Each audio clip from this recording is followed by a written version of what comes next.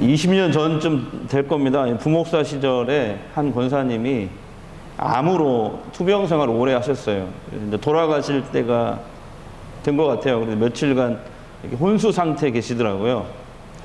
어느 날은 이렇게 정신이 이렇게 말짱한 날이 있었어요. 하루 정도. 어르신들 돌아가실 때 보면 보통 그러잖아요. 근데 저는 그때를 안 놓치고 그렇게 다 좀 깨어났다 그러면은 얼른 가가지고 구원의 확신이라든지 천국에 대해서 이렇게 한 번 더 점검을 하고 이렇게 하늘나라로 보내드리고 이런 경험이 있거든요. 근데 그날은 이렇게 깨어나셨는데 그 권사님이 아주 근심이 가득한 얼굴로 그 아들 장로님을 계속 찾는 거예요. 그래서 연락을 해서 제가 이제 같이 제가 담당한 교구라서 갔는데 그런 말씀을 하셔요. 야, 천국이 자꾸 보인다. 천국이 자꾸 보여. 근데 내가 살 집이 안 보여. 내가 하나님 앞에 그동안 쌓은 것이 아무것도 없어서 그런가 봐. 막 근심을 하면서 막 깨어나셨는데 그런 얘기를 하시는 거예요. 아들 장로님을 찾더니 며칠 후에 이제 장로님이 어머니 그 권사님 이름으로 그동안 어머니가 밀렸던 11조 감사헌금, 구제헌금, 선교, 건축헌금 다 계산해가지고 제법 두툼한 이 봉투를 담임 목사님에게 이렇게 드리는 걸 제가 봤어요. 예, 기도를 받고.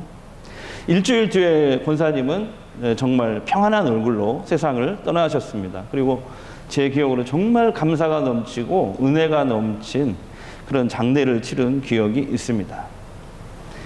우리가 신앙생활 하면서 보상심리라는 게 있거든요. 하늘의 보상심리. 뭐 세상의 보상심리도 있겠지만 특별히 하늘의 보상심리. 하나님의 보상심리. 초대교회 제자들도 그랬고 초대교회 성도들도 그랬어요. 오늘 우리들도 마찬가지입니다. 이런 거죠. 내가 이렇게 저렇게 주의 일을 감당하고 헌신했으니 하나님의 보상이 있을 거야. 하나님 보상을 주셔야 돼. 뭐 이런 거죠. 보상심리.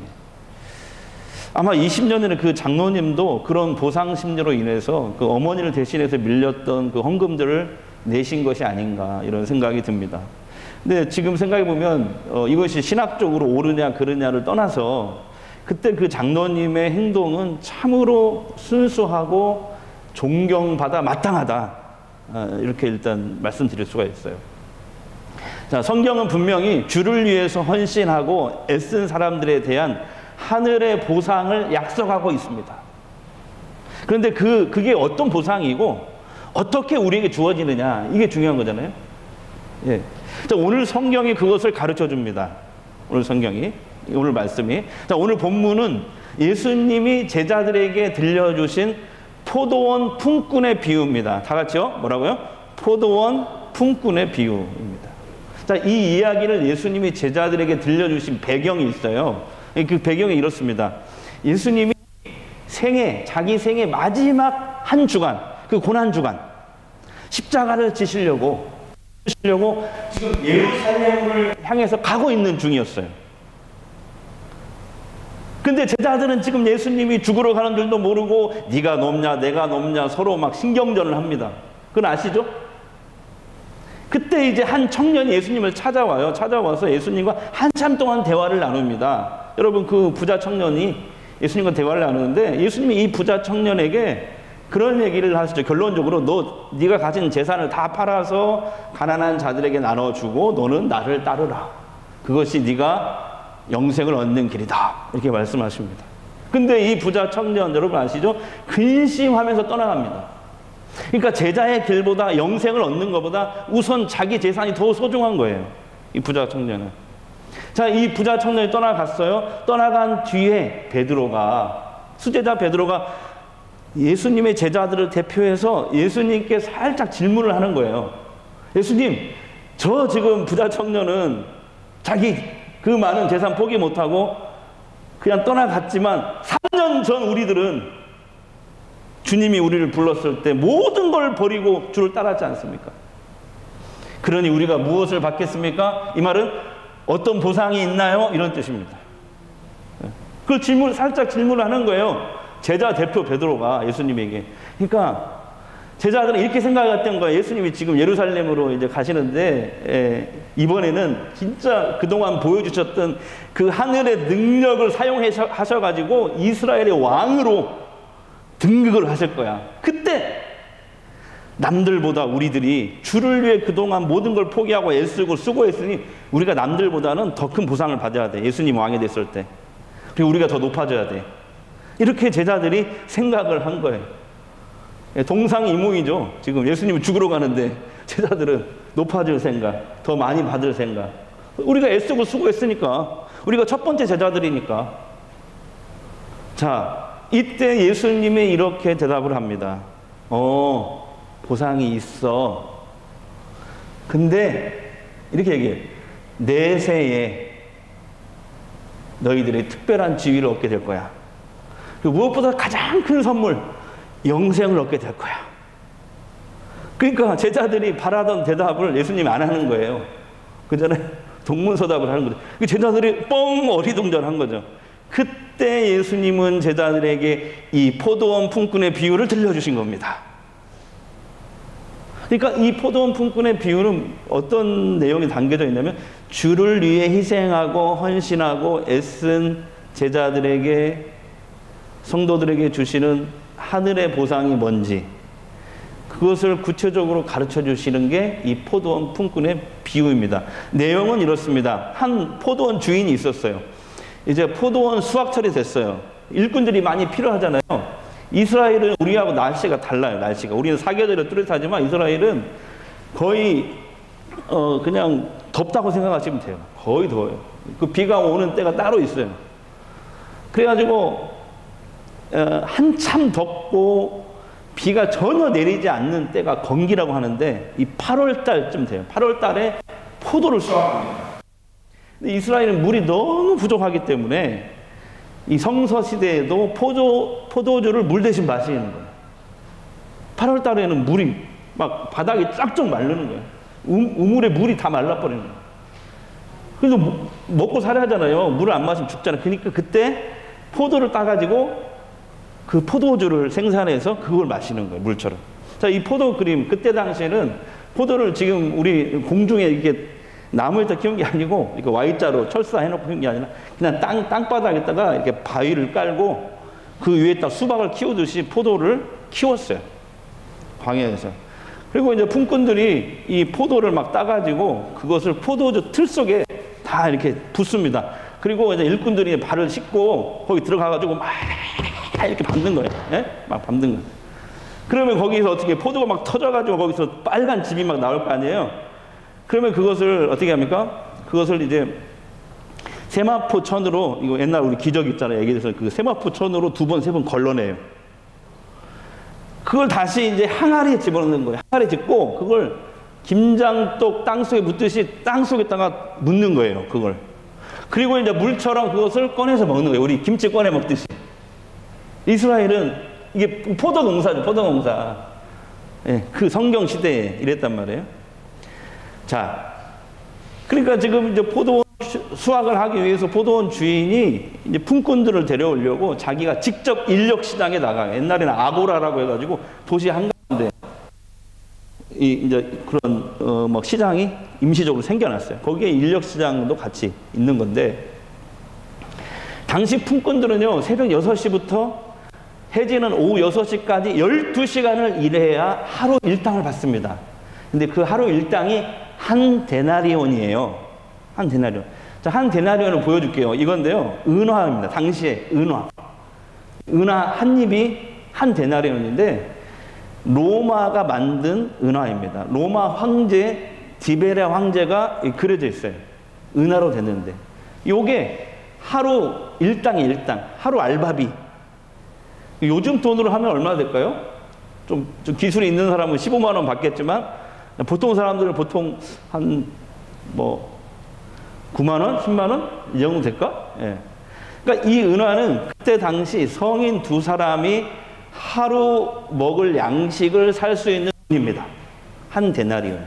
그러니까 4인 가족은 조금 먹기에 부족한데 그래도 겨우 죽지 않을 정도의 돈, 먹고 살 수 있는 돈이 하루 일당 한 데나리온이 되겠습니다. 자, 주인이 직접 새벽 6시에 이제 인력시장에 나갑니다. 품꾼을 데리고 와요. 주인이 직접 나가요. 그러더니 3시간 후에 또 오전 9시에 또 나가요. 또 3시간 후에 점심때쯤 12시에 또 나가요. 오후 3시에 또 나가요. 심지어는 심하이라고 하잖아요. 일이 끝나는 6시 끝나는데 5시, 1시간 전 5시에 나가서 또 품꾼들을 데려와요. 그래서 일을 시키는 거예요. 자, 해가 집니다. 6시가 됐어요. 해가 져요. 모세 율법에는 반드시 그날 일당은 지불해라. 해가 지기 전에. 그렇기 때문에 해가 질 때 품삯을 반드시 지불을 합니다. 품꾼들에게 품삯을 지불하는데, 근데 이 주인이 자기 종에게 이상한 명령을 해요. 야, 종들아, 늦게 온 순서대로 일당을 지급해라. 이렇게 얘기를 하는 거예요. 늦게 온 순서대로. 자, 본문 8절을 한번 보겠습니다. 자, 시작. 저물매 포도원 주인이 청지기에게 이르되 품꾼들을 불러 나중 온 자로부터 시작하여 먼저 온 자에게까지 삭슬 주라. 그러니까 종들이 서가지고, 자, 오후 5시에 오신 분들 다 나오세요. 그러니까 1시간만 일하는 사람들이 우르르 떼지어서 나오는 거예요. 그래서 줄 서가지고, 줄을 서시오. 줄 서가지고 이제 종이 일당을 주는데 보니까 원래대로 하면 12분의 1 데나리온 받아야 될 거 아니에요. 1시간밖에 일 안 했으니까. 12시간 일해야 되는데 1시간 일. 근데 주인이 얼마나 주냐면 하루 일당을 주는 거예요. 한 데나리온씩 이렇게 주는 거. 아까 한 데나리온을 주는 거. 그러니까 이 사람들이 어떻게 막 좋아가지고 어쩔 줄 모르면서 감격해서 막 돌아가겠죠. 그때 이제 그 뒤에서 이렇게 이제 새벽 6시부터 일찍 하루 종일 일한 12시간 일한 사람들이 이렇게 이제 보는 거예요. 그러면서 이런 기대감을 하죠. 저 사람들은 1시간밖에 일을 안 했는데 하루 일당 받았어? 아, 그러면 우리는 12시간 일한 우리들은 주인이 특별 보너스를 주겠지? 아, 이게 기대를 하고 다 있었어요. 이게 다 서 있었는데, 보니까, 계속 주는 걸 보니까, 웬걸요, 모든 사람들이 다 똑같이 하루 일당 한 데나리온씩 다 받는 거예요.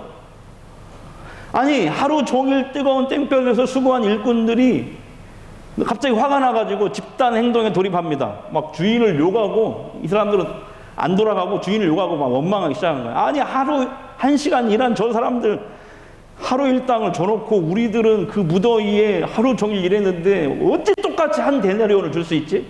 그래서 막 데모를 하기 직전이에요. 그때 포도원 주인이 원망하는 품꾼 한 사람 대표로 부릅니다. 이리 와봐. 그래서 이렇게 얘기해요. 자, 13절, 14절입니다. 자, 시작. 친구여, 내가 내게 잘못한 것이 없노라. 내가 나와 한 데나리온의 약속을 하지 아니하였느냐. 네 것이나 가지고 가라. 나중 온 이 사람에게 너와 같이 주는 것이 내 뜻이니라. 그래서 친구여라는 말은요, 쉽게 말해서 우리나라 말로 해석하면, 아니 이 양반아, 이런 뜻이에요. 주인이 조금 이제 불만이 있어서 하는 얘기죠. 친구야, 이 말은 이 뜻이거든요. 이 양반들아, 나는 당신들과 처음에 약속한 대로 돈을 한 데나리온 줬어. 나하고 처음에 계약한 게 한 데나리온이지? 내가 줬어, 안 줬어? 나 약속 지켰지? 내가 저 불쌍한 사람들 말이야, 늦게라도 데려와서 시키고 그 사람들 일거리 없어서 그냥 돌아가면 오늘 굶어야 되는데, 그 식구들, 딸린 식구들 굶어야 되는데, 그래서 내가 불쌍해서 하루 일당 1시간 일 시켰지만 그래도 하루 일당 줬어. 그 내 뜻이야. 뭐가 잘못된 거야? 내 돈 갖고 내가 알아서 하는데 뭐가 문제야? 다 이렇게 얘기를 하는 거죠, 주인. 이게 오늘 비유의, 포도원 품꾼의 비유의 내용이 되겠습니다. 이 얘기를 예수님이 제자들에게 쭉 얘기를 하는 거예요. 자, 여러분, 예수님이 이 비유를 통해서 제자들에게 뭘 가르쳐 주려고 했던 것일까요? 아까 베드로를 시켜가지고 제자들이 보상, 우리는 주를 위해서 이렇게 모든 걸 버리고 다 애쓰고 이렇게 했는데 우리한테 어떤 보상이 있습니까? 이거잖아요. 자, 뭘 가르쳐 주려고 했는가? 1절 말씀에 보면은 포도원 주인은요, 하나님을 비유한 겁니다. 그게 1절 말씀 이렇게 나와 있죠. 하나님 비유한 거. 품꾼은 뭐냐면 주의 일을 위해 부름받은 제자들, 성도들을 뜻합니다. 품꾼들은. 자, 포도원에서 일을 한다는 것은 뭘 의미하냐면 하나님 나라를 위해서 일하는 것. 지난주에 말씀드린 주의 일을 하는 것. 먼저 그의 나라와 의를 구하는 것. 하나님 사랑, 이웃 사랑을 구체적으로 내 삶 속에서 실천하는 것. 하나님 나라에 투자하는 것. 이게 전부 다 포도원에서 일을 하는 것으로 주님이 비유를 하신 거예요. 근데 여기에서 보세요. 포도원 주인이 품꾼들을 데리러 인력시장에 직접 나갔잖아요. 그 이유가 뭘까요? 아니, 종들 보내면 되잖아요. 종들. 부자인데 종들도 있고. 왜 근데 직접 나가냐고요. 그것도 한 번도 아니고 6시에 나가고 뭐 5번이나 나가잖아요. 왜 주인 직접 나가냐고. 도대체 왜 나간 거예요? 종들 보내면 되는데. 그건요, 주인이 품꾼들을 긍휼히 여겼기 때문에 그래요. 그러니까 6시에 나가가지고 자, 우리 포도원 농장에 가서 일할 사람, 자, 붙어라. 그러니까 이제 처음에 필요한 사람을 끌고 갔겠죠. 데리고 갔겠죠. 근데 주인이 갔다 와서 이렇게 생각하니까 하루 종일 일거리를 못 구한 사람들이 자꾸 눈에 밟히는 거, 눈에. 아, 저 사람들 과연 일거리를 구했을까? 일거리 못 구하면은 저 가족들 오늘 하루 종일 굶을 텐데. 눈에 밟혀가지고, 그래서 또 나가는 거야. 6시에 나가고, 또 몇 시에 나가요? 오전 9시에 또 나가고, 또 갔다가 또 3시에 또 아니, 12시에 나가고, 또 3시에 나가고, 심지어는 심하게 1시간 전 5시에 또 나가. 근데 그때도 사람들이 일을 못 구해가지고 막 이러고 있는 거야. 서성거리고 막 이게 있는 거야. 예? 그러니까 눈에 밟혀가지고, 주인 눈에 밟혀가지고 가서 또 데려오고 또 데려온 거예요. 한번 생각해 보세요. 자, 5시까지 일거리를 못 구해서 인력시장에 서성거리는 사람은 주로 어떤 사람이겠어요? 자, 잘 생각해 보세요. 우리도 여기 인력시장 있잖아요. 해가 다, 이제 사람들이 더 이상, 주인들이 와서 사람을 안 뽑아가. 근데 그때까지 이 품꾼들이 거기서 서성해 있는 거예요. 왜냐하면 일거리를 못 구하면은 굶어야 되니까. 자기만 굶으면 괜찮은데 식구들까지 굶잖아요. 애기도 굶고 막. 예. 주로 어떤 사람들이 거기 5시까지 있었겠어요? 힘없어 보이고 왜소해 보이고 병든 사람처럼 보여서 주인의 선택을 못 받은 사람들이 5시에 있는 거 아니냐 이 말이죠. 그죠? 그러니까 포도원 주인이 그들을 불쌍히 여기고, 다른 주인들은 아무도 안 뽑아가. 약해 보여. 그잖아. 우리 인력시장에서 힘센 사람을 데려가지고 누가 약해 보이고 병들고 막 이런 사람을 데려가겠어요? 노인이고 이런 사람 데려가겠어요? 그러니까 그 늦은 시간에도 가서 주인이 탁 데려오는 거예요. 야, 가자. 데려가는 거죠. 다 데리고 왔던 거 다 데리고. 1시간을 일하든 3시간을 일하든 5시간을 일하든 시간을 못 채웠을지라도 일당을 줘서 밥 굶지 말라고. 예? 밥 굶지 말라고. 여러분, 우리 하나님이 이런 분이세요. 사랑과 긍휼이 넘치는 분이세요. 우리가 아는 것보다 더 사랑과 긍휼이 넘치는 하나님이세요.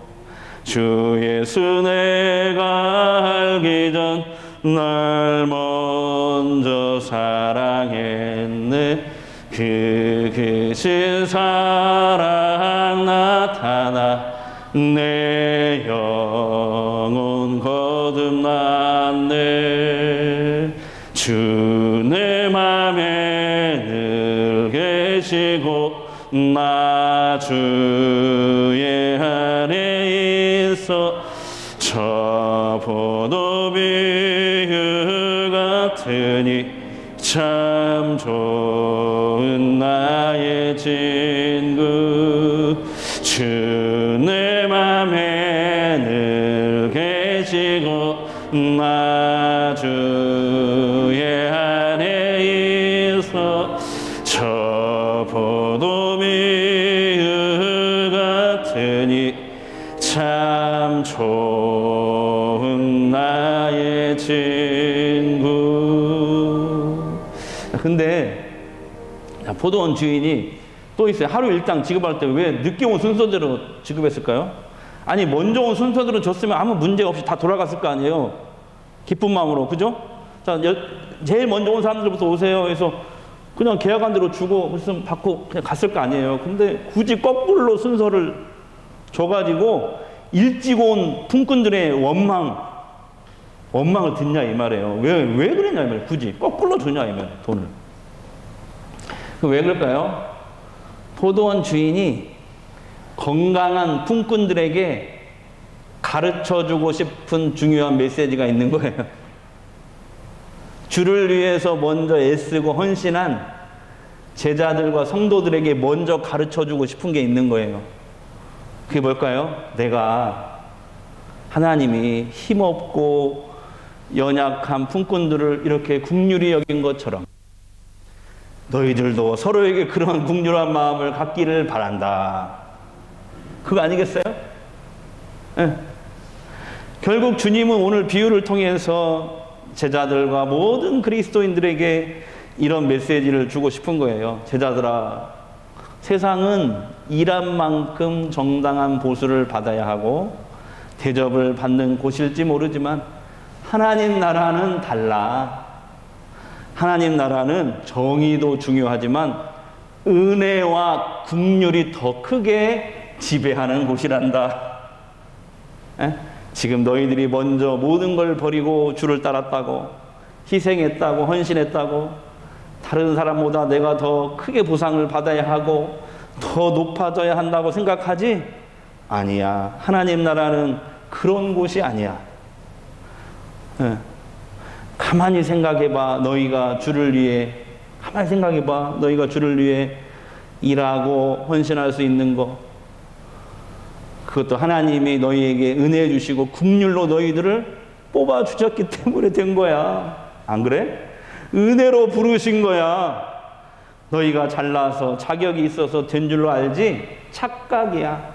하나님의 은혜로 된 거야. 하나님의 은혜란 자격 없는 사람에게 베푸시는 하나님의 끝없는 사랑. 예. 그 은혜로 우리가 구원받았고, 그 은혜로 주의 일을 할 수 있게 되었고, 그 은혜로 목사도 되고 장로도 되고 권사도 되었고 집사도 되고, 그리고 교회를 섬길 수 있는 그 은혜와 긍휼을 하나님으로부터 받은 거야. 나중에 네가 천국에 가서 보상을 받고 상급을 받게 되더라도 그건 네 공로가 아니고 하나님의 은혜로 된 거야. 네 힘으로 네 노력으로 했다고 하지 마. 그리고 내가 예수님이 그러면서 한 가지만 더 얘기할게. 좀 들어봐. 네가 주를 위해 애쓰고 힘쓴 거 내가 안다. 하나님 나라는 공짜가 없거든. 제가 이게 각색을 하는 거예요. 언젠가 다 하나님께 보상을 받아. 근데 얘들아, 너희들 생각처럼 이 세상 사는 동안에 보상을 못 받을 수도 있어. 저 세상에서 받게 될지도 몰라. 얘들아, 나 지금 예루살렘으로 죽으러 가는 거거든. 왜냐하면 이 비유 다음이 순환 예고를 해요. 예수님이. 이해되시죠? 예. 그러니까 이 얘기예요. 얘들아, 나 지금 예루살렘으로 죽으러 가는 거거든. 이제 모든 게 은혜로 된 것을 깨닫고 공로의식, 특권의식 다 내려놓고 우선은 나와 함께 십자가의 길을 가지 않겠니? 이 세상에서 못 받을 수 있어, 보상을. 저 세상에서 반드시 받는데 우선은 나와 함께 십자가의 길을 가지 않겠니? 포도원 품꾼의 비유는 바로 이 메시지예요. 여러분, 제자들에게, 오늘 우리에게. 이 비유 다음에 세 번째 순환 예고를 하시거든요. 두 번째 이미 얘기했어. 근데 못 깨닫는 거예요, 제자들. 누구든지 나를 따르려면 자기를 부인하고 자기 십자가를 지고 나를 따를 것이라, 이렇게 말씀하셨는데 높아지려고 하는 거예요. 자기 공로, 특권의식. 사랑하는 여러분, 그동안 우리들도 혹시 제자들처럼 주의 일을 하면서 공로의식, 특권의식에 사로잡혀 있지는 않았는지 한번 점검해 봅시다. 뭐 이런 거죠. 나는 누구보다 이 교회에서 오래됐고 사실 남보다 많은 헌신을 했어. 일을 했어. 나는 존경받아 마땅해. 난 높아져야 돼. 이렇게 혹시 제자들처럼 기대하고 있지는 않는지요? 또 나의 권위의식, 특권의식 때문에 새롭게 교회에 들어온 사람들을 품지 못하고 못마땅하게 여기고 시기하고 그분들이 교회에 정착하는 것을 혹시 내가 방해하진 않았는지 한번 생각해 봐야 됩니다. 여러분, 분명 하나님 나라는 공짜가 없습니다. 다 같이 하나님 나라는 공짜가 없습니다. 그러니까 주를 위해 헌신하고 애쓴 거 하나님 반드시 보상하세요. 근데 그 보상이 뭐냐? 은혜입니다. 은혜. 그 보상이 다른 게 아니고 하나님의 은혜예요. 은혜가 뭐예요? 자격 없는 사랑 베푸시는 하나님의 끝없는 사랑. 바로 은혜예요. 여러분, 예수님 말씀대로 우리는 앞으로 주의 일을 감당할 때 제자들이 가졌던 특권의식, 공로의식에 근거한 하늘의 보상 심리를 다 내려놔야 돼요. 나의 특권의식과 공로에 근거한. 그 대신 이거죠. 내가 여기까지 살아온 거 하나님의 은혜로 긍휼로 된 것이다. 앞으로 내게 주어지는 하늘의 상급도 전적인 하나님의 은혜가 부어졌기 때문이다. 이거예요. 여러분, 잊지 마세요. 하늘의 보상을 받기 위해서 우리가 주를 위해 애쓰고 헌신하는 게 아니라 오직 하나님께 내게 베푸시는 은혜와 긍휼히 여기심을 감사, 그저 무익한 종은 주님의 은혜에 감사해서 하나님의 영광을 위해서 일할 뿐입니다. 이것이 주의 일을 하는 동기가 되시기를, 목적이 되시기를 축복합니다. 지난주 수요일 비전센터 최종 준공 허가를 받았어요. 얼마나 큰 은혜입니까? 우리가 한 것 같아도 하나님이 허락하신 거예요. 긍휼히 여기신 거예요. 은혜 주셔서 된 거예요. 우리가 한 것 같지 안 그래요. 우리가 이 하나님의 은혜에 감격하고 감사하십시다. 주께서 내게 주신 은혜를 내가 무엇으로 보답할까? 무익한 종은 다만 충성할 뿐입니다. 앞으로도 서로 협력하고 동역하여 주님의 뜻을 이뤄나가는 우리 전주 성광교회 되시기를 주 이름으로 축복합니다. 주 안에 기쁨 누림으로 마음의 풍랑이 잔잔하니 세상과 나는 간 곳 없고 구속한 주만 보이다. 이것이 나의 간증이요, 이것이 나의 찬송일세.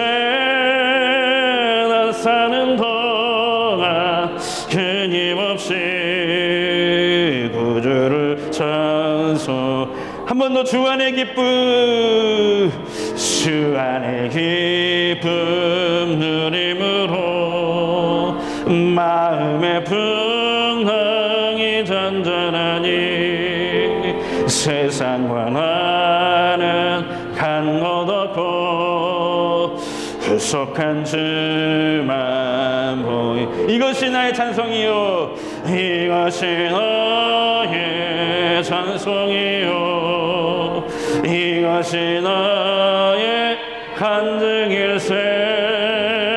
나 사는 동안 끊임없이 구주를 찬송하리로다.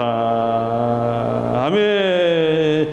우리 기도 제목 함께 읽을까요? 자, 첫 번째, 주의 일을 감당할 때 공로의식, 특권의식을 다 버리고 오직 하나님의 은혜로 된 것임을 알고 주님의 뜻을 이루는 우리들 되게 하옵소서. 두 번째요, 비전센터 완공 감사드립니다. 하나님 영광 받으시고 앞으로 그곳을 통해서도 주님의 뜻 이루게 하옵소서.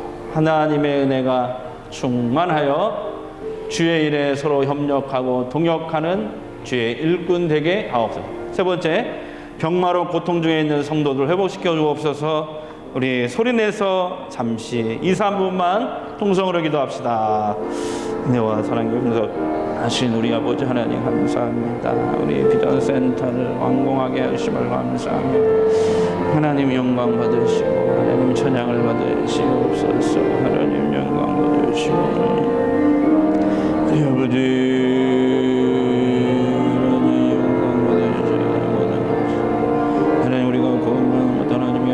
직분을 받은 것도 하나님의 은혜, 하나님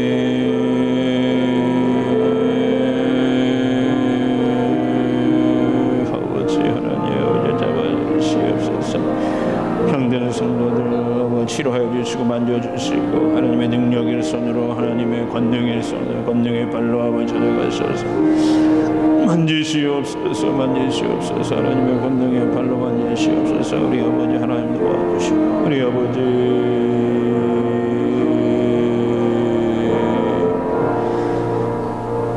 예수님 이름으로 기도합니다.